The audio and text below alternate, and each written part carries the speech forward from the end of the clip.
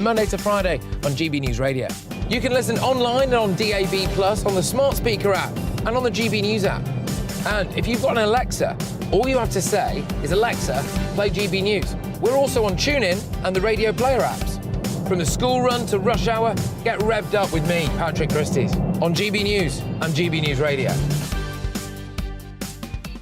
What you get for breakfast is something that, if we do our jobs right, you will wake up to news that you didn't know the night before. It's a conversation. It's not just me and Eamon. We want to get to know you, and we want you to get to know us. From 6, it's Breakfast with Eamon and Isabel. Monday to Thursdays on GB News, Britain's news channel. Westminster is going around in ever-decreasing circles, followed by the media. Britain is broken. How on earth did we get into this mess? But more importantly, how do we get out of it? Join me at 7 p.m, Mondays to Thursdays on Farage, here on GB News. We will have open, rational debate. We've got to work out how Britain moves forward from this. Join us here on GB News, the People's Channel. Britain is watching. Every Sunday from 11, join Michael Portillo. There will be topical discussion, looking at the week before and the week to come. So kick back and relax at 11 a.m. on Sundays on GB News with me, Michael Portillo. GB News, the People's Channel, Britain's news channel.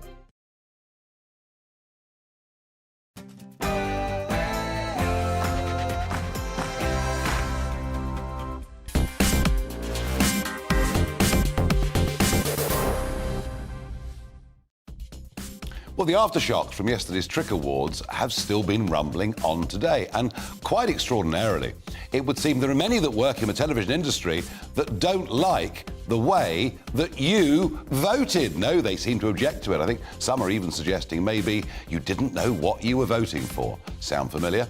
We'll also tonight be looking at the woke culture that exists within the RNLI as it comes up for its 200th birthday. A story tonight about Hastings that I think is genuinely shocking. And 15 years on from the murder of Ben Kinsella, we'll talk about knife crime and ask the question, why is it getting worse year after year? All of that in a moment, but first, let's get the news with Polly Middlehurst.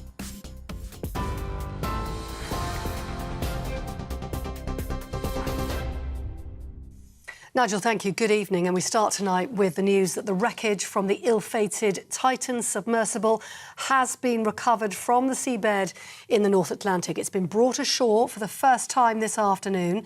Let's show you, if you're watching on television, new pictures we got about an hour ago showing metal being hoisted up from a ship and unloaded. That's at the Canadian Coast Guard pier in Newfoundland. The first pictures of the sub after the news, of course, that it exploded in an hour and 45 minutes into its descent.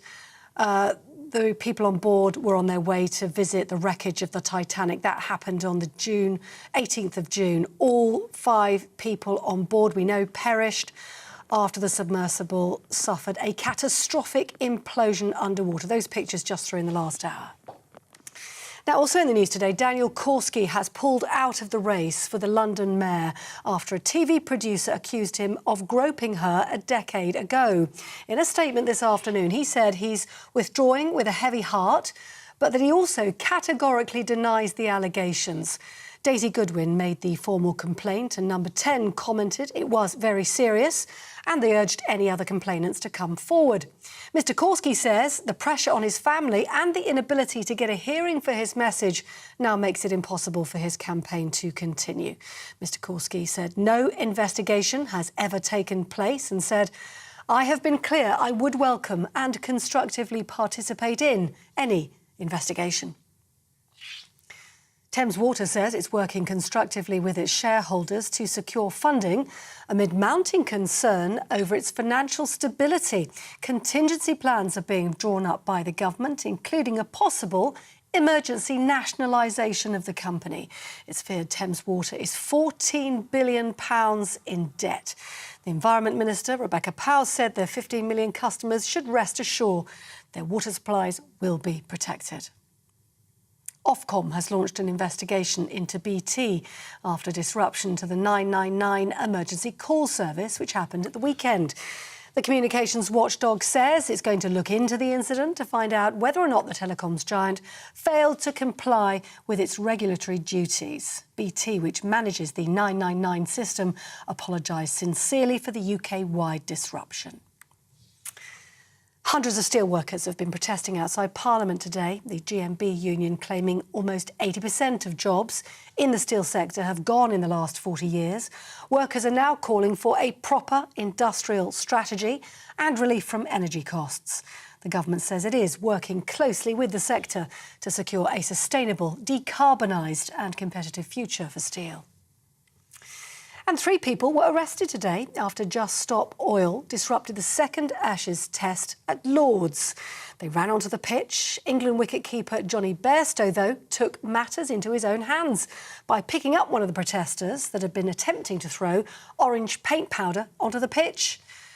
He carried the protester towards the grandstand to loud applause. Another protester was removed by the security team. Ground staff cleared away the paint. Just Stop Oil said they wanted to disrupt the match to demand action from the government on climate change.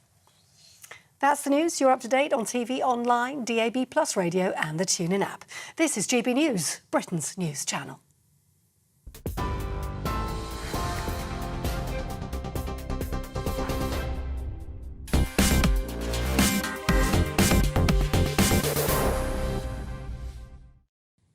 Well, good evening. So the Trick Awards yesterday, people were stunned and surprised. They really were, of course, that GB News won an award for its breakfast show, but they were absolutely mortified, many of them, that I won the TV News Presenter Award. They couldn't simply understand it, just as the same people couldn't understand the Brexit vote and so much else, because they all live inside their own little bubble. But yesterday, after the result, the organisation Trick put out this tweet. And it was perfectly clear what it said. It says, "Congratulations to Nigel Farage, news presenter category, sponsored by Screen Hits." Well, that was fine, no problem at all. Middle of this morning, Trick had deleted the tweet. I simply couldn't believe it. I commented, obviously, on it, and hundreds of people took to social media to say, do you not respect our votes? Over 1 million people took part in this process. This was the first year that Trick had opened the whole thing up to be just the public voting without the committee themselves having a big influence over it. Well, after my protest and those of others, the tweet was put back up.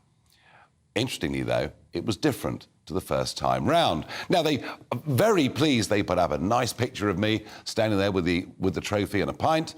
But you'll notice the difference between the first tweet and the second tweet is that at Screen Hits, the sponsor of this particular category wasn't involved in the second tweet. So I think maybe we can work out quite clearly what went on here. Who are Screen Hits? Well, they're a streaming service, TV streaming service, run by Rose Adkins-Hulse, who is director, CEO and founder of Screen Hits TV. She's also a committee member of Trick, and she's spoken in the past about, how important it is. There's a lot of support from the public out there and from within the industry for all of this. But it also turns out that she's something of a political activist. Seems to be very enthusiastic about much of what the Black Lives Matter movement stood for, campaigned for, in whatever methods they chose. And I can't for certain say that the reason the tweet got put down was that Screen Hits didn't like the way that you had voted, didn't like the thought that the public may have different views on the world to her, but it does it not seem probable? Now, I said 3 weeks ago on this show that I thought water was going to become a very, very big political issue. Little did I know it would happen this quickly. And there's talk today of the government renationalising Thames Water. But do we trust the government with our water? Give me your thoughts on this. Farage@gbnews.com. So, we privatised the water industries in the late 1980s. It was pretty much the last round of those 1980s privatisations. And I remember myself, despite being a big supporter of privatisations, being concerned that effectively what we'd finish up with were a series of private monopolies.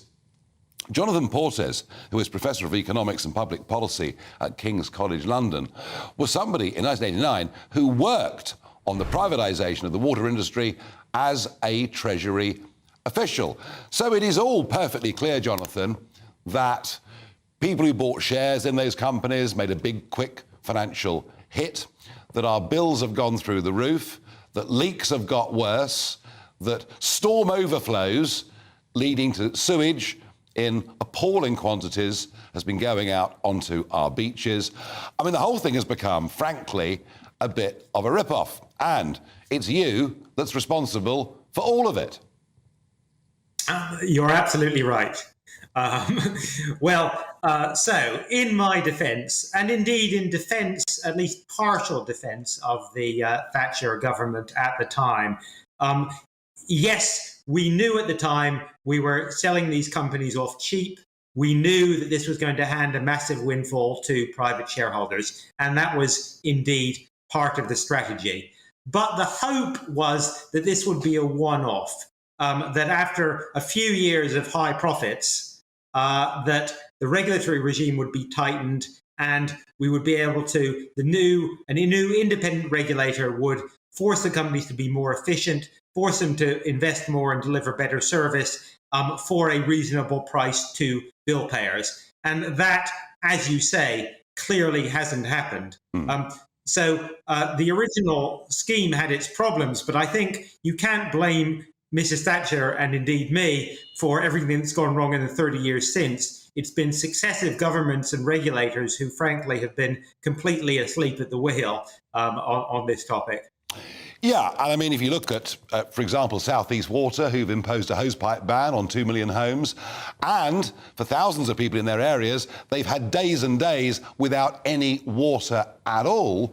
They are saying that to deal with the problems, to deal with sewage outflows in particular, that people's bills in that particular area will be going up by 39% between now and 2030. So there's a whole host of problems here. But Thames Water in particular, who are very, very heavily indebted through bonds, and of course the rise in interest rates, effectively the markets today are saying that it's 50-50 whether Thames Water frankly simply goes bust, doesn't repay the bondholders, and there's talk now of the government stepping in to renationalise Thames Water, and who's to say that other companies, Jonathan, won't follow. What do you think, given where we are now, what do you think the best way forward is? I think I'm not personally in favour of renationalisation, since I think that would, not for ideological reasons particularly, but because I think that would be complicated, it would end up in lots of court cases and so on. What we do need is a complete reset of the regulatory regime. We need a regulator, a government which puts in place a regulatory regime, and a regulator that actually delivers for customers. That means ensuring, we are going to, including, bill payers, we are going to have to pay some more to provide the necessary investment. What we shouldn't be doing is paying huge amounts on top of that, as we have been for the last 20 years, to pay out dividends to companies in excess of what they needed, to pay huge pay packets to chief executives who, frankly, haven't run the businesses very well. And companies shouldn't be allowed to use these very complicated finance instruments. If you look at Thames Water, it's not one company. It is a very complicated network of holding companies, all interconnected. It's almost impossible for anyone, even after looking at it, to figure out what's going on, because they use that in order to siphon money out of the system from investment into their own pockets. And that shouldn't have been allowed to happen. It shouldn't be allowed to happen in the future. Well, when you say we'll have to pay some more, I repeat the point. Some water companies are saying that bills will increase by 40% between now and 2030. Is that an acceptable price for people to pay for clean beaches? Almost certainly not. Almost certainly not, because that 40% is the opening bid for the companies, and that includes the money that they want for dividends, for payments to bondholders, for executive pay, and so on. So I think, we will have to pay more, and I think we have to accept that we will pay more. There is money going to the system. We're building the huge Thames super sewer, for example, which over time will make the Thames cleaner. And it's right that we should pay for that. But we don't need to be paying that sort of money because that additional cost, which has resulted from regulatory failure, can and should be reversed. Yeah. And a final thought on this, Jonathan, it's quite an interesting one. If you look at the British population, which is exploding in numbers, it's up nearly 10 million since Mr. Blair came to power, and yet we've not built, in England and Wales, a major new reservoir for getting on for 30 years. So we can talk about costs, efficiency, leaks, sewage, storm overflows, but there's actually potentially now a problem here with supply, isn't there?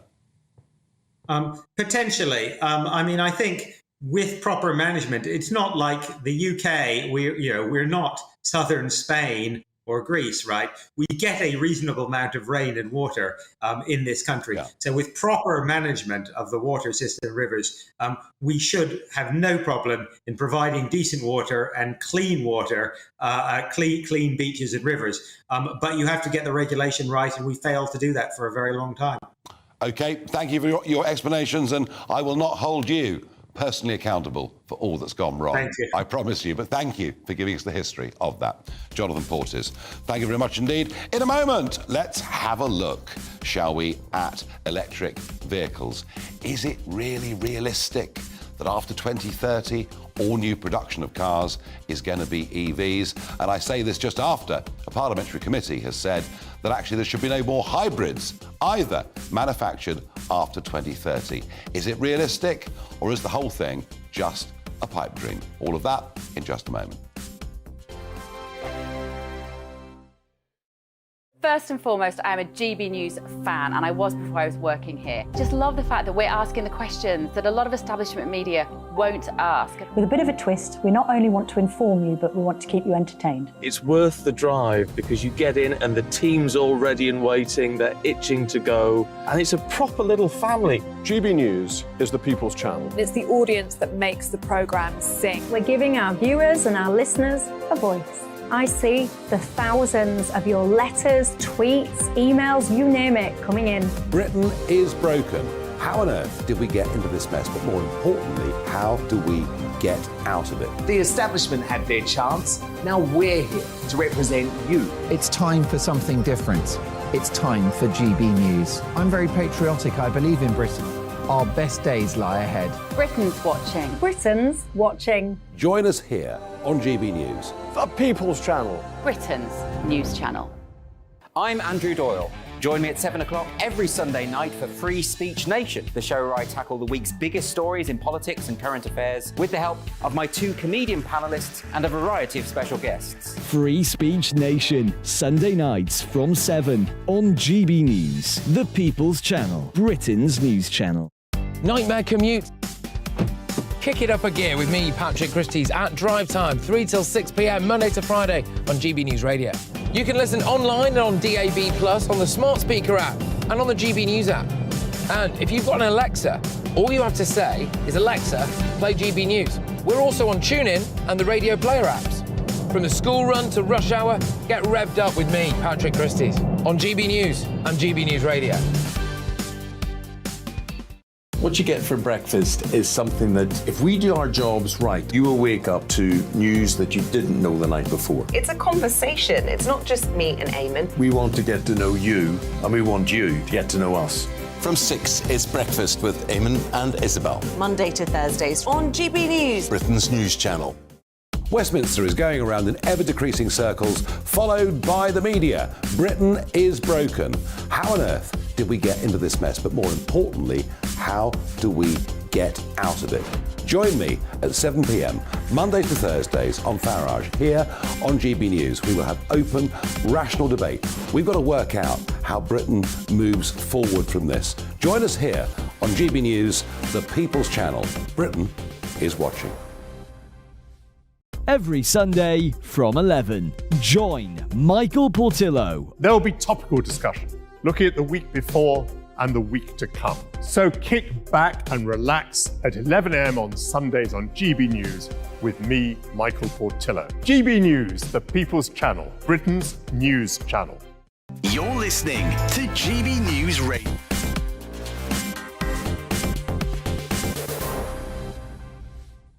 So do we trust the government to take back control of water in our country? Kenneth says, I've just seen the news, our water rates are going up by as much as 40%. As I understand it, businesses can pick their supplier. Why can't the general public be treated the same? We are having cost rises forced upon us with no choice. And Kenneth, in a sense, this gets to the whole problem, doesn't it? As I said earlier, I was a big exponent of privatisation in the 80s, but not when you allow, effectively, private monopolies to take over in areas. Jeff says, I don't trust this government at all. No, Jeff, I get it, but the real question is, would you trust any government to run our utilities? And Tony says, we can't trust the government with the channel, so how can we trust them with our water? All right, Tony, I think that was a slightly different point you were trying to make. Now, electric vehicles. I'm joined by James Court, head of the Electric Vehicle Association. As I said a moment ago, James, the Parliamentary Committee is so worried about CO2 emissions, so worried, even though we are, less than 1% of global CO2 emissions. They're so worried about it, they're saying actually after 2030, even hybrids shouldn't be made. So let's discuss the case for and against electric vehicles. The timeline of 2030, after which no new cars or vans will get manufactured unless they're all electric. I mean, it's for the birds, isn't it? I really don't think it is. I mean, you look at where we are and look at where we've come from. Pre-2019, we had a dozen electric vehicles in choice. Now we've got over 150. There's models and shapes and sizes to do all manner of things. 2030 is still a long way away, and I think people forget that we're not trying to ban all electric vehicles and that it is just new cars. There's still probably going to be between 20 and 30% of electric vehicles on the road by 2030. Well, you say that. So if we look at the number of electric vehicles on the road now, yeah, how many would it be? 2%. So, a small number. And you think by 2030 it could be 70%?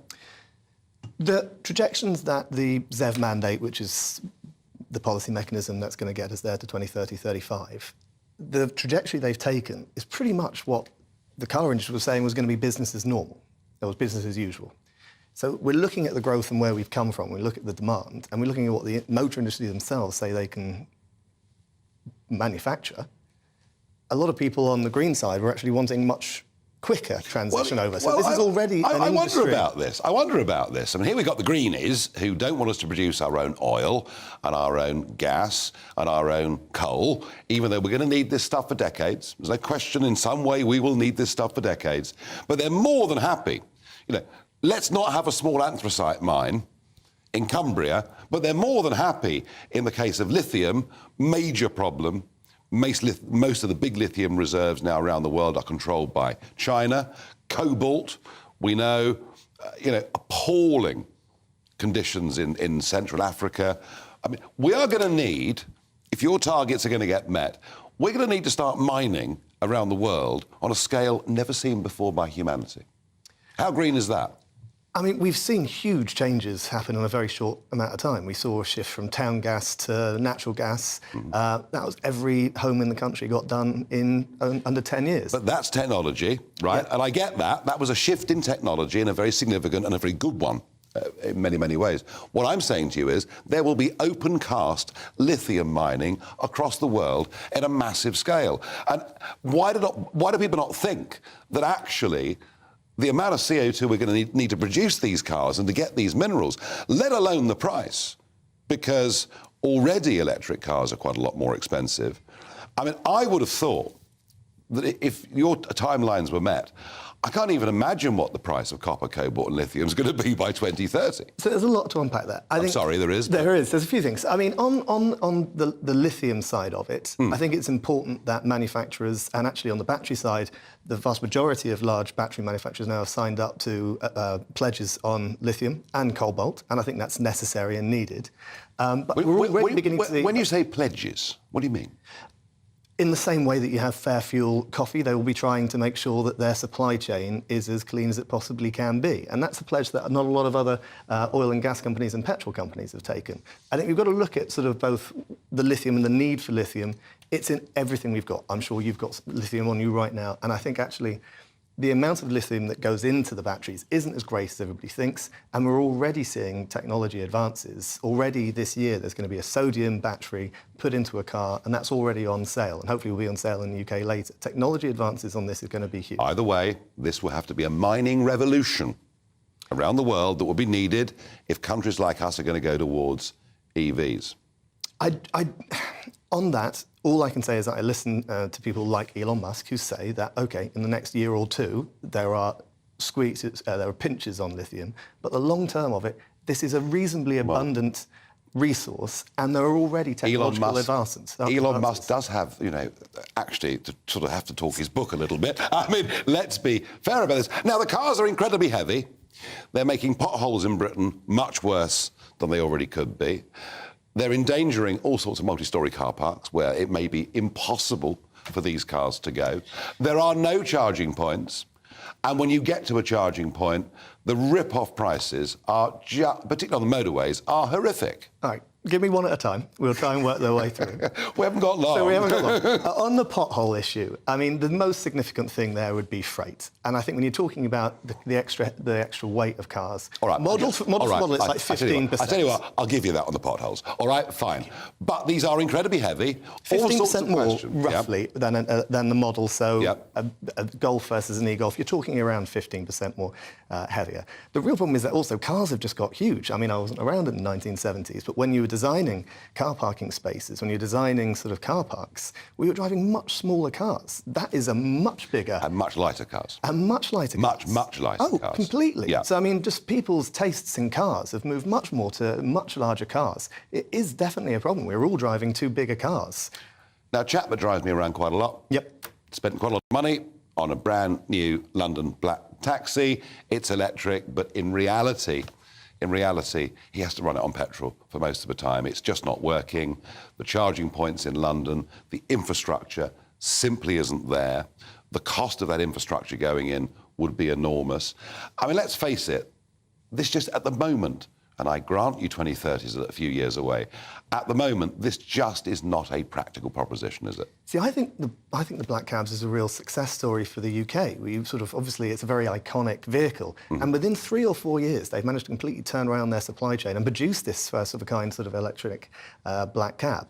They will only get better as well. And I think the thing that, and you probably... Well, they're going to need to. You travel in black cabs probably more than I do, but when I speak to them, especially when we're charging, and I see sort of a black cab driver, the thing they say isn't, and it's something that isn't really mentioned, is just how nicer they are to drive and how quieter they are. Now, that's something that you say after the end of the work, you haven't got that ringing headache because you haven't been juddering around for the last 12 hours. It's something we don't talk about. The drive quality is great. But the point, you see, the whole point of our debate here tonight, and we obviously want our audience to hear both sides of every argument. We're GB News, we try and put it all out there, and we say to people at home they're big enough and ugly enough to make their own minds up on things. But the point I'm making is that this is where theory, you know, does tend to collide with practice. The theory of these electric cabs, and they're beautifully made, and as you say, they're quiet when they run and all the rest of it.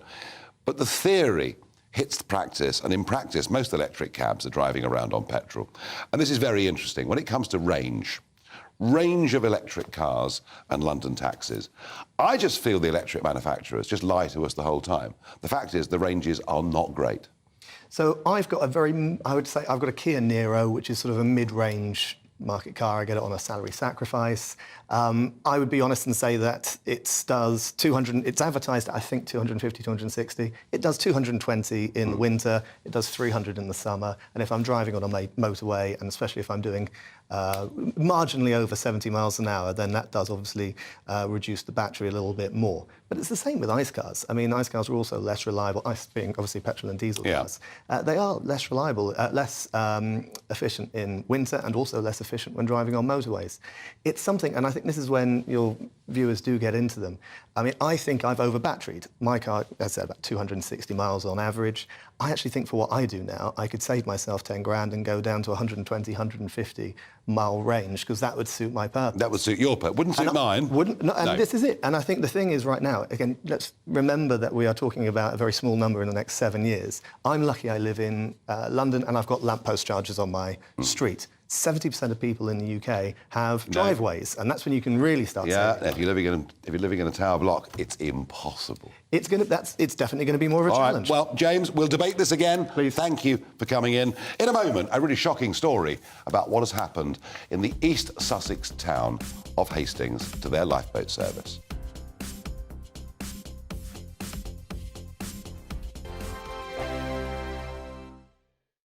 Like all families, we have arguments every now and then, but actually we agree on what the mission of GB News is, and that's the most fundamentally important thing. GB News provides the kind of platform that lets all voices be heard. We don't hold back. We're free to say what we really think. Just because some people who live in a tiny little Westminster bubble think that their particular story is important, that's not the most important story for me. And often there will be difficult stories that you won't find on the establishment media. Because what people think in the north of England may be very different to what they're thinking in the home counties. We're going to carry on telling the world what life is really like for households up and down the UK. We love to be in your car, in your kitchen as you're having your breakfast. Whatever you're doing, you are part of the show. If it matters to you, it matters to us. Britain's watching. Britain's watching. Britain's watching. We're proud to be GB News, The People's Channel. Britain's news channel. Join me, Patrick Christie's, Monday to Friday, 3 till 6. We tackle the day's news agenda like you've never seen before. It's high tempo, high octane, the most controversial topics, and the best guests. You will not be able to take your eyes and ears off it. I'm not afraid to ask the questions that you really want answered. 3 till 6 p.m, Monday to Friday on GB News, the People's Channel, Britain's news channel. Join me, Camilla Tominey, on Sunday mornings from 9:30, taking the politicians to task and breaking out of SW1 to see how their decisions are affecting you across the UK. Bursting the Westminster bubble every Sunday morning, only on GB News, the People's Channel. Britain's watching. Join us every night on GB News at 11 p.m. for Headliners, which is 3 top comedians going through the next day's news stories, which is exactly what you need, because when the establishment has gone crazy, you need some craziness to make sense of it. So join us 11 p.m. every night on GB News, the People's Channel, Britain's news channel. Hi, I'm Dan Wootton. You can watch me live on GB News Monday to Thursday from 9 p.m. And did you know that you can also watch and listen live on our website, gbnews.com. You'll always be up to date on the latest breaking news, as well as enjoying the best stories, opinions, and shows. You can even join the debate under our live player as you're watching. So head straight to gbnews.com on TV, radio, and online. GB News, Britain's news channel. So Jubes and Kerr, we tackle the issues of the day with real robust debate, both sides of the fence, battling it out with me in the middle with my forthright opinions and views. And often really interesting things happen because you start with a position and then by the end of the debate you find actually, well, I might not have thought about that one. What we need in this country is 2 new political parties. You should maybe think about doing a 2024 calendar. I'm Michelle Dewberry and I'm keeping you company right through until 7 o'clock this evening. GB News, the People's Channel, Britain's watching. News channel.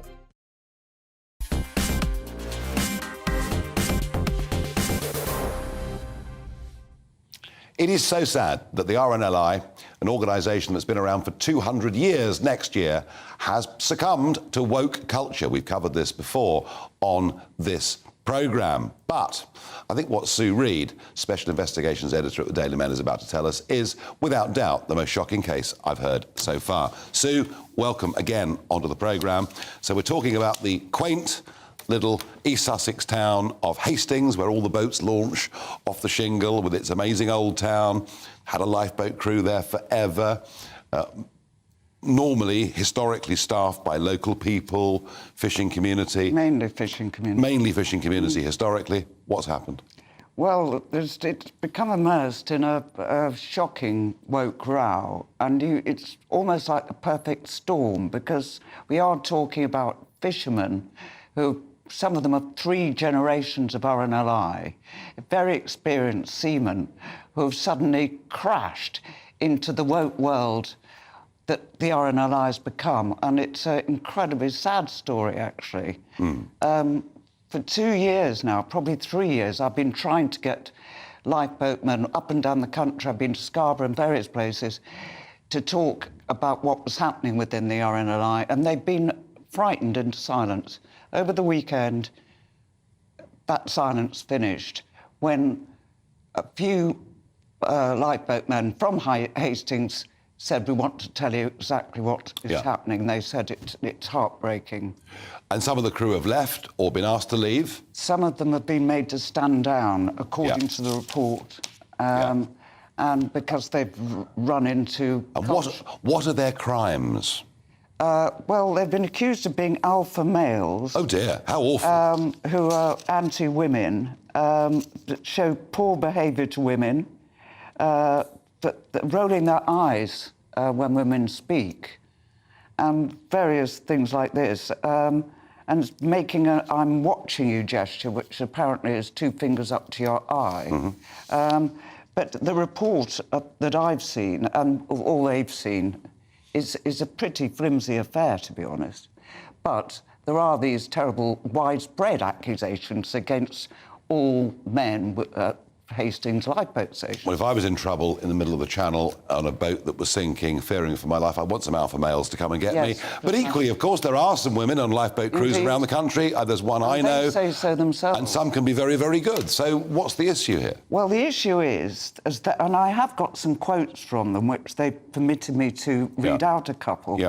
What seems to have happened is that people are applying to join the RNLI, believing it's just like any other charity work, when, of course, this needs serious seamanship. Would these be trendy incomers to Hastings, Indeed, coming from London? To Hastings. They say, now our town is filling up with idiot hipsters from Hackney with no common sense who want to be our volunteers. Another one is... in days gone by, the coxswain, the captain, should have decided who he would take to sea. Now the RNLI, which is being advised by Stonewall on diversity... Extraordinary.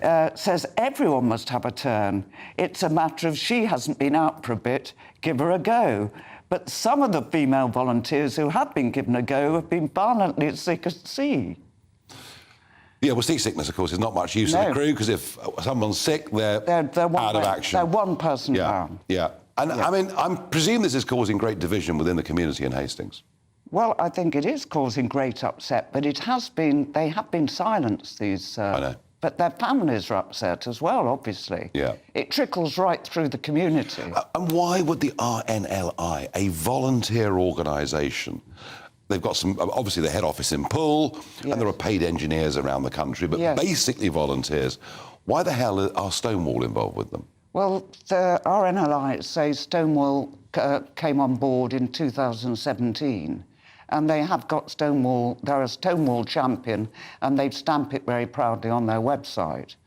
I don't think even I, who have looked at the RNLI, or you, may have known that Stonewall has been involved for 5 years. No, I've seen the lifeboat stations flying pride flags. I thought, what on earth's that got to do with the Lifeboat Institute? But if Stonewall had been there, that explains some of the rot, I think. They're deeply into diversity and inclusion and those kinds of policies. Extraordinary. So, related subject, interesting that the Dungeness lifeboat, which have been very active, picking up migrant crews over the last few years, 3 years mostly.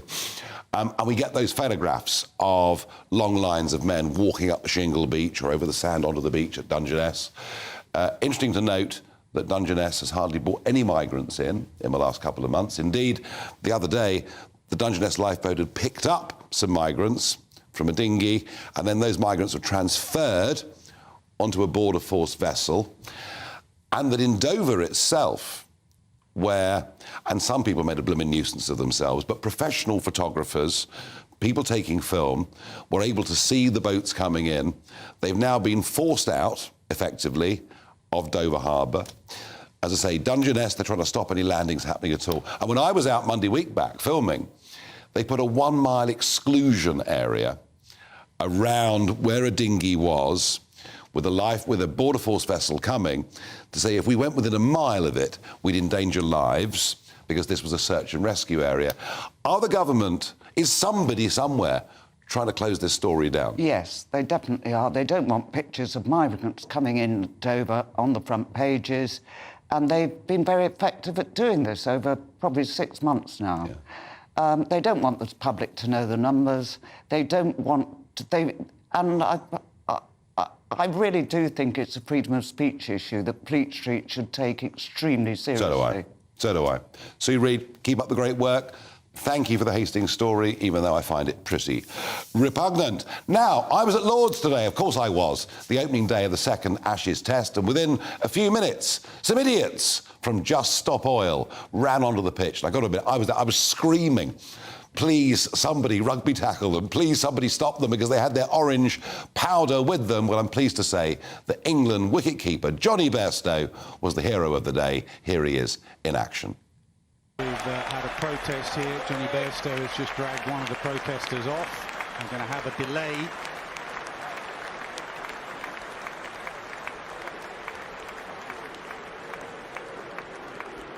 Just got to be really careful in so many ways. Johnny Bairstow, wasn't it Terry Alderman when someone invaded the pitch? Terry Alderman did his shoulder in. Johnny Bairstow just waving to the dressing room. Maybe it's his gear.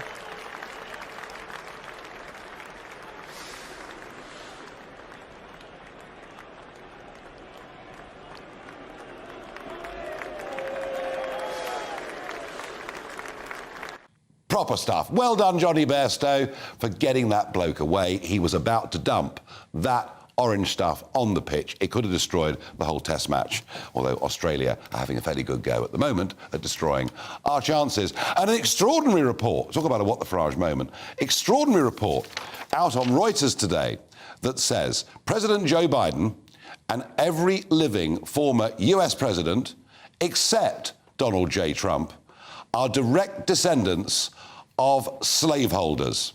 Jimmy Carter, George Bush, Bill Clinton, Barack Obama, Sleepy Joe, all have links to the slave trade. Only the Donald is clean on this one. Now, in a moment, we're going to talk about the very sad case of the murder 15 years ago of Ben Kinsella. And 15 years on, we ask, why are things still progressively getting worse?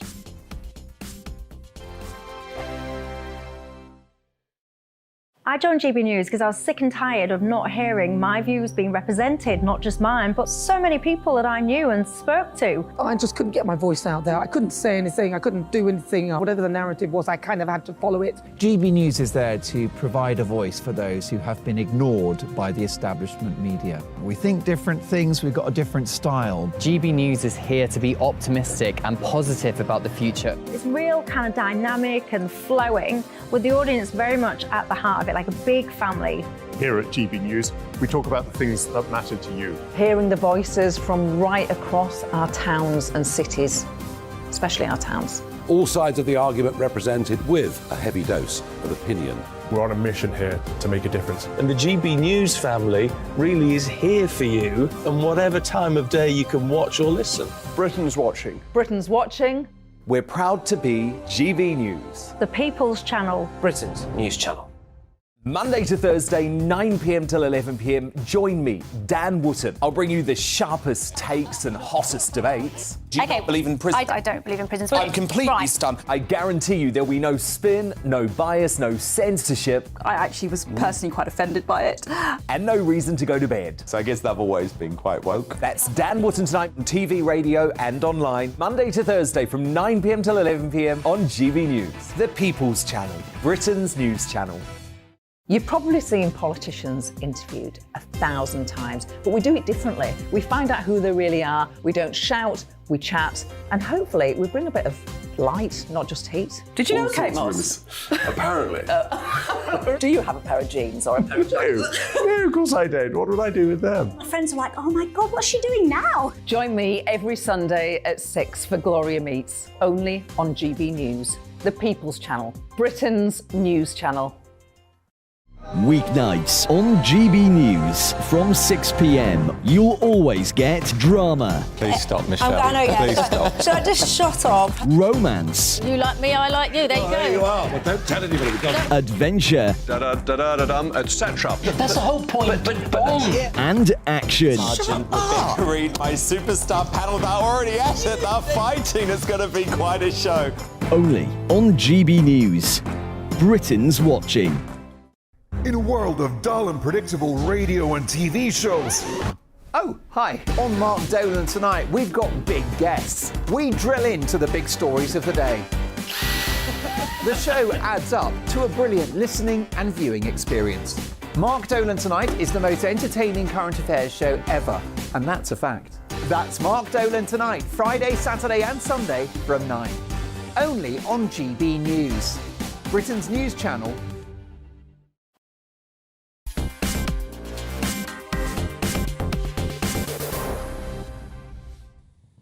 All knife crimes, attacks and murders are genuinely horrific. Some seem to get a lot more publicity than others. The Stephen Lawrence case is something we still hear about repeatedly and still makes the front pages. One case that doesn't get quite as much coverage, though is equally repugnant in every way, is the murder 15 years ago of Ben Kinsella, a kid who was murdered by 3 black thugs. But in his honour, in his memory, we do have the Ben Kinsella Trust, and they're doing their best. And Patrick Green is the CEO of that trust, and he joins me now in the studio. Patrick, just looking at the basic stats, you know, and we have to be always careful of stats, but latest figures from the ONS, Office of National Statistics, saying that in the year ending March 22, which is the last year we have proper figures for, that, you know, knife attacks or people, something involving a sharp knife or an instrument, they were 9% higher than in 2021. But here's the real number, 34% higher than they were in 2010, 2011. Now, I know you are doing absolutely your best in honour of Ben Kinsella and all the other victims of knife crime to raise awareness of the issue, to try and get a change in social behaviour. But it's not happening, is it? No, the figures speak for themselves. Knife crime, it's 15 years since we lost Ben. It's been 15 years of heartache for the Kinsella family. There has been countless other families who've had to go through this terrible trauma since, and it's 15 years of no change.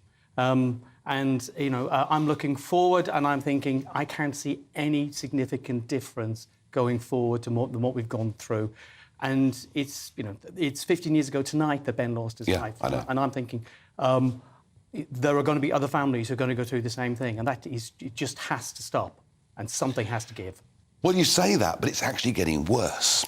And, you know, the sheer stats, as you say, tell us that it's actually getting worse.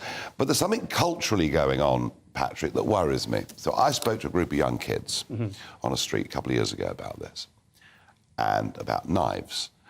And their argument to me was, well, actually, it's better that we do carry knives because the other blokes in the other gang, as it were, they're probably going to have knives. So we're carrying knives not as offensive weapons, but effectively as defensive weapons. That culture, certainly through the sort of drugs gangs, etc., in London, Nottingham, Birmingham, all the big cities, that's now so deep-rooted, isn't it? It is, and it's a really good point you make, because in the 15 years that we've been running the Ben Kinsella Trust, educating young people away from knife crime, I'm amazed that the young people's thinking about knives, that a knife will protect them, a knife will, well, a knife, they can carry a knife and they'll be safe. We all know that's a myth. It's an absolute myth. It puts you in greater danger. But that myth is growing. Yes. It's not yes. And social media plays a massive part in helping this grow, because through social media, they're seeing feeds on the social media feed which show these knives being used. They show the gangster lifestyle of people carrying knives. And this is then perpetuated through peers. And there isn't a strong counter-narrative, which is what we do in education, to help young people understand this is all rubbish. If you carry a knife, you're putting yourself in greater danger. And this is one of the biggest challenges we face. And it pains me to say that the Online Harms Bill, which has been inching its way through Parliament, 4 years, still no sign of it coming out the other end, hugely important in tackling rogue behaviour from social media companies. And our response to knife crime is often too slow. Once it goes through Parliament, in any number of laws, it gets to... It is I wish I believed that, but I've seen on TikTok, criminal activity related to the gangs trafficking people, taking money and sending people over the English Channel. And however much a TikTok advert gets closed down for an Albanian gang, another one appears. So I'm not sure the online harms bill itself is going to solve all of this problem. What should the police be doing? Are we at a point where we need to have big metal detectors as we walk onto a bus or off the tube station? I mean, is that the kind of place we need to go to get knives off the street? No, I would go the other way. We have got to do far more to early intervention and prevention to stop knife crime. Too often we're dealing with the aftermath. Of course, the police need to be properly resourced in terms of tackling this. One of the big mistakes we've made in the last 10 years is lose 20,000 police officers. That was crazy. Another big mistake we've made in the last 10 years is take money away from youth clubs, close all the positive activities that young people can go to, close those down. Close down youth clubs, down youth clubs, take away police numbers. You're creating an environment which is perfect for gangs to with exploit. or without, come on, with or without a youth club, people can play sport, they can go to the gym. There's a lot, I just don't, I'm not sure I buy that argument, but it may be contributory, but I don't buy it. It is contributory because if the more positive interactions you have with positive people helps you make better choices. Gangs thrive when you take away all those safeguards. You take away positive influences around young people. You leave them on the internet where they're getting a lot of negative content. You take away police numbers. You lower the chance of law enforcement working.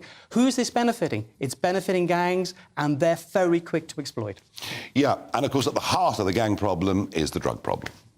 Yes, it drives it. No question that is a big factor. And, it is driving knife crime. Yeah, drugs, big money, knife crime, danger, death, all of those things. Whether a change in drug policy would change the gangs or not, I don't know. I suspect it wouldn't. They'd find some other criminal activity. They will move on, yes. Absolutely. They would move on and do something else, is what I do very deeply suspect. We've got a general election coming up next year. Is knife crime policy something the parties talk about much? We're starting to see that. We've seen the Labour Party talk about reducing knife crime by 50%, should they come into power. How? I don't know the substantive detail of that. But what I would say, Nigel, in terms of politicians have failed us. In terms of knife crime, all the political parties. It's 15 years since Ben died. We've had a Labour government, we've had a Liberal Democrat Conservative coalition, we've had 4 or 5 Conservative administrations. None of them have tackled this properly. So my challenge to politicians is this is not a party political issue. They should come together to tackle this issue and agree policies and funding that sustains over a generation, 10 years, both in terms of tackling this through law enforcement and preserving police numbers and resources, but also tackling through early intervention and supporting youth work, those positive interventions that are so important to this issue. Patrick Green, CEO of the Ben Kinsella Trust, on this 15th anniversary of Ben's horrendous death. Thank you for coming in, sharing your thoughts, and I can see your passion, genuine passion, for this very important subject. We've got time for a quick barrage to Farage. It comes from somebody called Sandra from Barnsley. Hi Nigel, I'm Sandra. I've got a quick question for you today. What do you think to the situation for landlords in the private rental sector, as in being driven out of the market through high interest rates on the mortgages, all the legislation that's coming in? Sandra, I think it's a complete and utter disaster. The fact is, a lot of people have to rent. More people have to rent now than did a few years ago because basically housing has become so completely unaffordable for most people. When I first got a mortgage, yes, interest rates were higher, but the cost of a house was perhaps 3.5, 4.5 times what an annual average salary would be. It's now 8 to 9 times. So people have to go into that rental sector, and everything this government has done, starting with George Osborne, has made it less attractive for people to own property and to let out. and thus many people are withdrawing from the market. The maddest thing of all is if you borrow money and buy a house and let it out, you now can't offset the mortgage interest against the incomes, rather like asking a small limited company to pay corporation tax on its gross and not its net figures. It is completely and utterly crackers. I don't know what Michael Gove is on, but he needs to rethink policy in this area. Jacob, I think, might agree with me on that one. Yes, I mean, I think the Rental Act that's being brought forward, rental bill, is crazy and will limit the rental market, will push landlords out of it and will push rents up. What Margaret Thatcher's reforms in the 1980s really opened up the private rented sector to the benefit of everybody, to landlords and tenants alike. It produced lots of supply, it kept prices under control, but the key part of it was that landlords were confident they could get their property back. And if you take that away, then you will find you don't have landlords.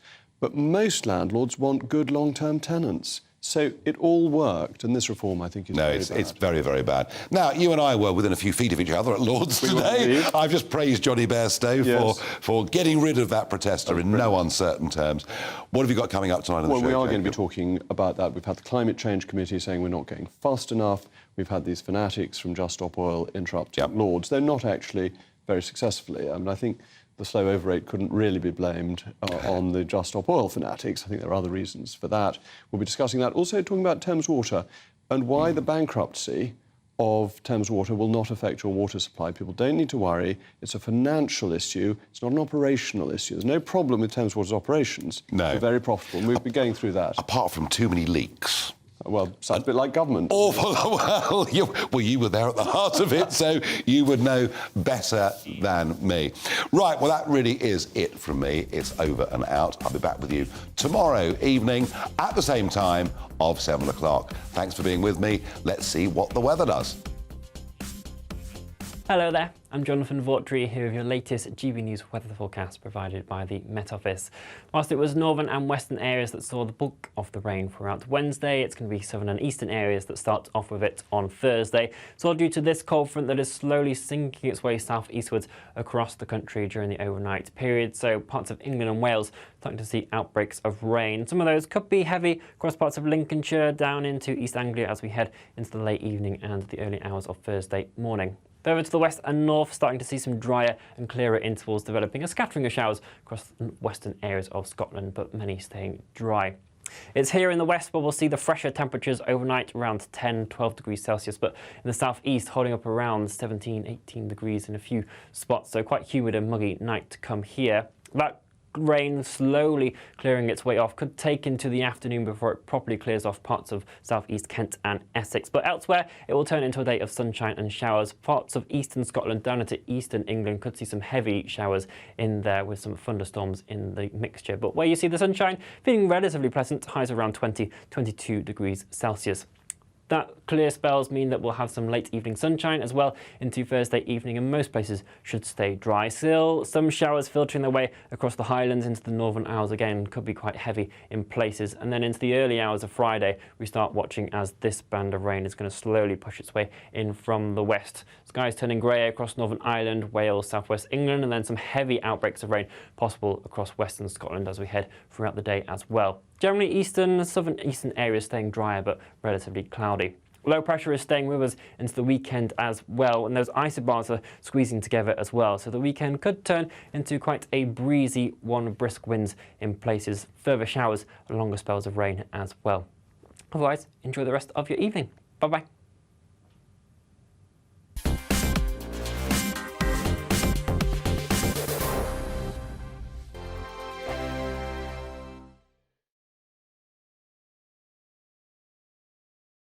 First and foremost, I'm a GB News fan, and I was before I was working here. Just love the fact that we're asking the questions that a lot of establishment media won't ask. With a bit of a twist, we not only want to inform you, but we want to keep you entertained. It's worth the drive because you get in and the team's all ready and waiting.